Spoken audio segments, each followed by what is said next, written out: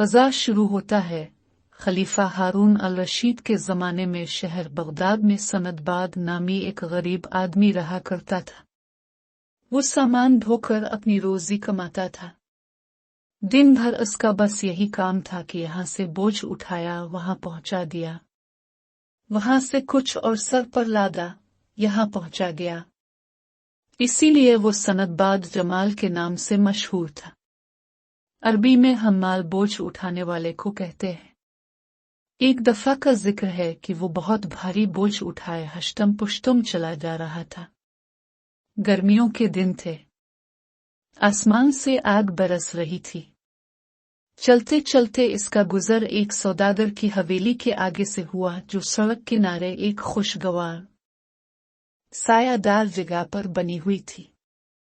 हवेली के सामने झाड़ू दी गई थी और छिड़काव किया गया था।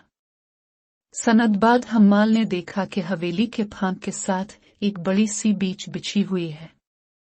वो वहीं रुक गया, बोझ सर से उतार कर नीचे रख दिया, पसीना पोंछा और बेंच पर बैठकर सताने लगा। फाटक से ठंडी ठंडी हुआ और खुशबू की लपेटें आ रही थीं।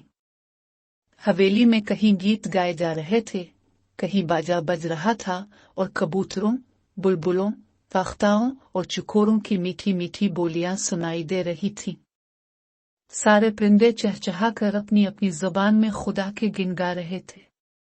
बाजों के सरों, गाने वालों की तानों और चिड़ियों के चेंचूने आपस में शेल मिलकर अजब समा बांधा था। ये सब सुनकर सनदबाद का दिल बाग बाग हो गया। वो उठकर फाटक में जा खड़ा हुआ। मियाँ, तुम्हारी सब काम निराले हैं। तुम जिसे चाहते हो अमीर बना देते हो और जिसे चाहते हो गरीब कर देते हो। एक ये आदमी है जो इस हवेली में बैठा मजे से पुलाव जर्दा अलिफाड़ता है। एक मैं हूं कि दिन भर मेहनत मजदूरी करता हूं, तब कहीं खाने को रूखी सूखी नसीब होती है। ये कहकर उसने अपना बोझ उठाया और वहां से चला ही था कि एक खूबसूरत मुलाजिम लड़का, जिसने कीमती लिबास पहन रखा था, हवेली से निकलकर उसकी तरफ आया। इसने आते ही सनदबाद जमाल का हाथ थाम लिया और बोला, अंदर आ जाओ, मेरे आका तुम्हें याद फरमा, और अंदर झांकने लगा। क्या देखता है कि अंदर बड़े ठाठ की बारादुरी बनी हुई है, जिसके बीच में फूलों भरा चमन है। इर्द गिर्द बहुत से नौकर चाकर खड़े हैं। बिल्कुल ऐसा मालूम होता है जैसे किसी नामी ग्रामी बादशाह का दरबार है। हर तरफ से उम्दा उम्दा खानों और शरबतों की खुशबू आ रही है।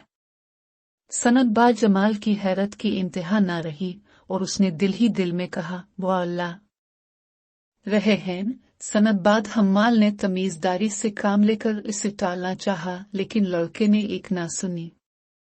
आखिर सनदबाद हम्माल उसकी बात मानने पर मजबूर हो गया। इसने बोझ उतार कर दरबान के पास रख दिया और लड़के के पीछे पीछे चल पड़ा।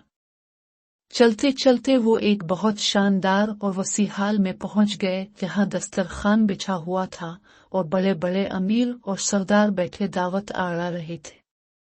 जगह जगह गुलदस्ते सजे थे और खुशबुएं सुलग रही थीं। एक तरफ मेहमानों का दिल बहलाने के लिए खूबसूरत कनीजें बैठी गाने बजाने में मशगूल थी। हाल के बीच में हवेली का मालिक बैठा था, जिसकी शक्ल और वज़ाकत कुछ तो वैसे ही बारोब थी और कुछ दाढ़ी में सफेदी की झलक आ जाने से पुरवकार हो गई थी। महफिल की शान और शौकत देखकर जमाल के होश अलिफाड़ गए और उसने सोचा, खुदा की कसम, यह हवेली नहीं है, जन्नत का कोई गोशा किसी बहुत बड़े बादशाह का महल है। ये सोचकर उसने निहायत अदब से अहल महफिल को सलाम किया, उनके हक में दुआएं की और फिर सर झुकाकर चुपचाप खड़ा हो गया। हवेली के मालिक ने बड़ी गर्मजोशी से इसे खुश आमदीद कहा और अपने पास बिठा लिया। इसके बाद इसने नौकरों को हुक्म दिया कि नए मेहमान के सामने उम्दा उम्दा खाने पहने और सनदबाद से कहा कि तकल्लुफ ना करो। चुनंचे सनदबाद जमाल ने बिस्मिल्लाह करके खाना शुरू किया और डट कर खाया।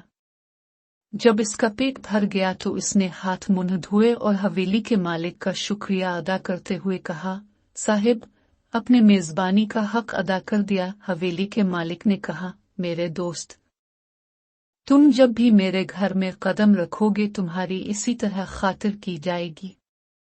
खुदा तुम्हारा भला करे। जरा हमें ये तो बताओ कि तुम्हारा नाम क्या है और तुम क्या काम करते हो। सनदबाद हमाल ने जवाब दिया, मेरा नाम सिंदबाद है और मैं बोझ ढोने का काम करता हूँ। ये जवाब सुनकर हवेली का मालिक मुस्कुरा दिया और बोला, वाह भाई वाह, ये अजीब इत्तेफाक है। मेरा नाम भी सनदबाद है। मुझे आमतौर पर सनदबाद जहाजी के नाम से याद किया जाता है और लोग मेरी सरगुज़श्त सुनकर बहुत हैरान होते हैं। मेरे भाई, अभी मैं तुम्हें अपनी बीती सुनाऊंगा। उसे सुनकर तुम्हें पता चलेगा कि मैंने अपने आप को कैसे कैसे खतरों में डाला है। ये हवेली और ये आसाइश बैठे बिठाए मेरे हाथ नहीं आए। मैंने सैकड़ों जतन किए, जोखों में पड़ा, दुनिया जहान में मारा मारा फिरा, तब कहीं इतनी शोहरत कमाए। मैंने 7 सफर किए हैं और हर सफर की कहानी इतनी अजीबो गरीब है कि सुनने वाले की अक्ल दंग रह जाती है। मेरे साथ जो कुछ पेश आया वो मेरे मुकद्दर में लिखा था और ये तुम्हें पता ही है कि किस्मत का लिखा पूरा होकर रहता है। इसके बाद सनदबाद जहाजी ने अपने पहले सफर का माजरा सुनाना शुरू किया।